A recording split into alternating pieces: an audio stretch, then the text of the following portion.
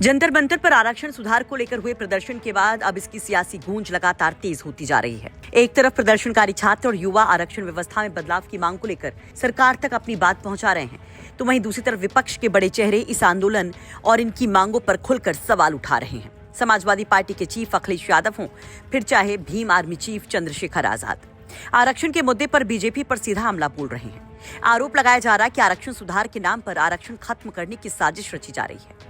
वहीं मायावती ने तो जंतर मंतर पर हुए आंदोलन और मांग को ही पूरी तरह से खारिज कर दिया और कर दी तल्ख टिप्पणी। मायावती ने क्या कहा, क्यों इस मांग को देश हित के खिलाफ बताया, वो हम आपको बताएंगे। तो साथ ही समझेंगे 2027 की वो सियासत जिसकी राह में फिर से आरक्षण आ खड़ा हुआ है। वही आरक्षण जिसकी पिच पर 2024 में बीजेपी बोल्ड हो गई थी। वही आरक्षण जिसे विपक्ष ने बड़ा मुद्दा बनाया था।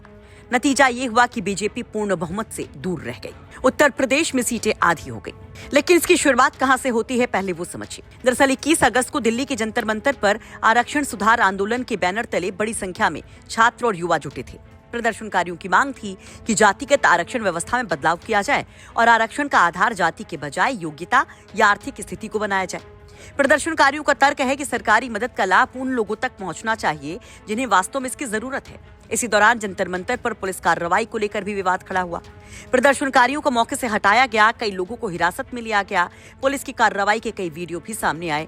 इसके बाद आंदोलन की सियासी तस्वीर लखनऊ तक पहुंच जाती है, जहां आंदोलन से जुड़े प्रतिनिधि मंडल ने हर्ष दुबे के नेतृत्व में यूपी के डिप्टी सीएम ब्रजेश पाठक से मुलाकात की और अपनी मांगों को लेकर ज्ञापन सौंपा। ब्रजेश पाठक ने भरोसा दिया कि छात्रों की मांगों को केंद्रीय नेतृत्व के सामने रखा जाएगा और केंद्रीय मंत्री के साथ उनकी बैठक कराने की कोशिश की जाएगी। इस ज्वाइंट प्रेस कॉन्फ्रेंस के बाद ब्रजेश पाठक अपने बयान को लेकर पूरे विपक्ष के निशाने पर आ गए और न केवल ब्रजेश पाठक बल्कि पूरी बीजेपी विरोधियों के निशाने पर थी। जहां खुलकर अखिलेश यादव और चंद्रशेखर आजाद ने बीजेपी को घेरना शुरू किया, तो वहीं मायावती ने अलग ही बात कह दी, जिससे कई सवाल भी उठने लगे। मायावती ने इस पूरी मांग पर ही सवाल खड़ा किया। मायावती ने साफ कहा कि संविधान में SC, ST और OBC समाज को दिए गए आरक्षण के खिलाफ आर्थिक आधार पर आरक्षण लागू करने की मांग उचित नहीं है, ये देश हित में नहीं है। आगे मायावती क्या कहती हैं, जरा देखिए। मायावती कहते हैं, दिल्ली के जंतर मंतर पर संविधान में SC, ST व OBC समाज को दिए गए आरक्षण के विरुद्ध अभी हाल ही में जमा हुए कुछ लोगों द्वारा आर्थिक आधार पर आरक्षण को लागू करने की उठाई गई ये नई मांग कतई भी उचित व देश हित में नहीं है।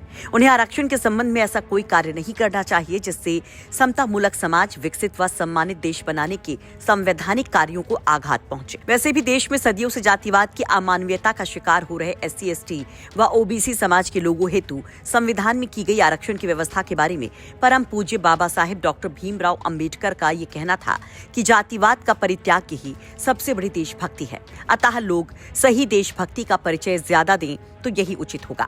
जहां तक आर्थिक आधार पर आरक्षण देने की बात है, तो केंद्र व राज्य सरकारों द्वारा भी गरीबी उन्मूलन के एक नहीं बल्कि अनेकों कार्यक्रमों पर काफी सरकारी धन हर वर्ष खर्च किया जाता है, किंतु उसमें व्याप्त भ्रष्टाचार आदि के कारण इसका सही लाभ अगर देश के लोगों को नहीं मिलता, तो ये सरकारी व्यवस्था का सीधा सीधा दोष है। इसके अलावा आर्थिक आधार पर आरक्षण की नई व्यवस्था भी देश में लागू है, जिसका भी सही लाभ अपर कास्ट समाज के गरीब लोगों को नहीं मिल पा रहा है, बल्कि इसमें छलावा अधिक है। वास्तव में खासकर यही वो भ्रष्ट व जातिवादी सरकारी व्यवस्था है जिसने आरक्षण के संवैधानिक रचनात्मक प्रावधान को कभी सही से जमीन पर लागू ही नहीं होने दिया, जिस कारण SC, ST व OBC समाज के लोग आजादी के इतने लंबे अरसे के बाद आज तक भी गरीबी, जातिवादी द्वेष, शोषण, अत्याचार व जातिवाद के जहर का दंश हर दिन हर स्तर पर लगातार झेलते रहते हैं। वहीं मायावती इस मुद्दे पर कांग्रेस और राहुल गांधी को भी घेरती हैं और सरकार से आरक्षण के खिलाफ काम करने वालों को बढ़ावा न देने की अपील भी करती हैं। सभी सरकारें भी आरक्षण विरोधी तत्वों को शरण व संरक्षण बिल्कुल भी न दें, ये व्यापक देश व जनहित में होगा। लोगों से भी अपील है कि वे आरक्षण जैसे अहम एवं संवेदनशील मुद्दे पर सस्ती राजनीति न करें और न ही होने दें। हालांकि उसी ही दिन पार्लियामेंट थाने के बाहर एक पीड़ित व्यक्ति के मामले में FIR दर्ज कराने के लिए कांग्रेस के वरिष्ठ नेता श्री राहुल गांधी कई घंटों तक धरने पर बैठे रहे, जिसका पार्टी को कोई ऐतराज नहीं है। लेकिन उसके बगल में जंतर मंतर पर दलित व शोषितों के जातीय आधार पर दिए जाने वाले आरक्षण को खत्म करवाने के लिए धरना प्रदर्शन भी चल रहा था। वहां पर वे व उनका कोई भी कांग्रेसी साथी उन्हें समझाने तक के लिए नहीं गए, जिससे इन वर्गों के प्रति इनकी आरक्षण विरोधी मानसिकता अभी भी साफ झलकती है। 2024 के लोकसभा चुनाव में संविधान और आरक्षण का मुद्दा विपक्ष के बड़े राजनीतिक हथियारों में शामिल था। विपक्ष ने बीजेपी पर संविधान बदलने और आरक्षण खत्म करने की साजिश का आरोप लगाया था। नतीजा ये हुआ कि बीजेपी 33 सीटों पर ही उत्तर प्रदेश में सिमट कर रह गई। अब 2027 की यूपी विधानसभा चुनाव से पहले आरक्षण का मुद्दा एक बार फिर से राजनीतिक बहस के केंद्र में जब आ गया है और मायावती जिस तरह से इस पर रिएक्शन दे रही हैं या अखिलेश यादव और चंद्रशेखर जैसे इस पर रिएक्ट कर रहे हैं, उस पर आप क्या कहेंगे? कमेंट बॉक्स में अपनी राय जरूर रखिए। ब्यूरो रिपोर्ट, यूपी तक।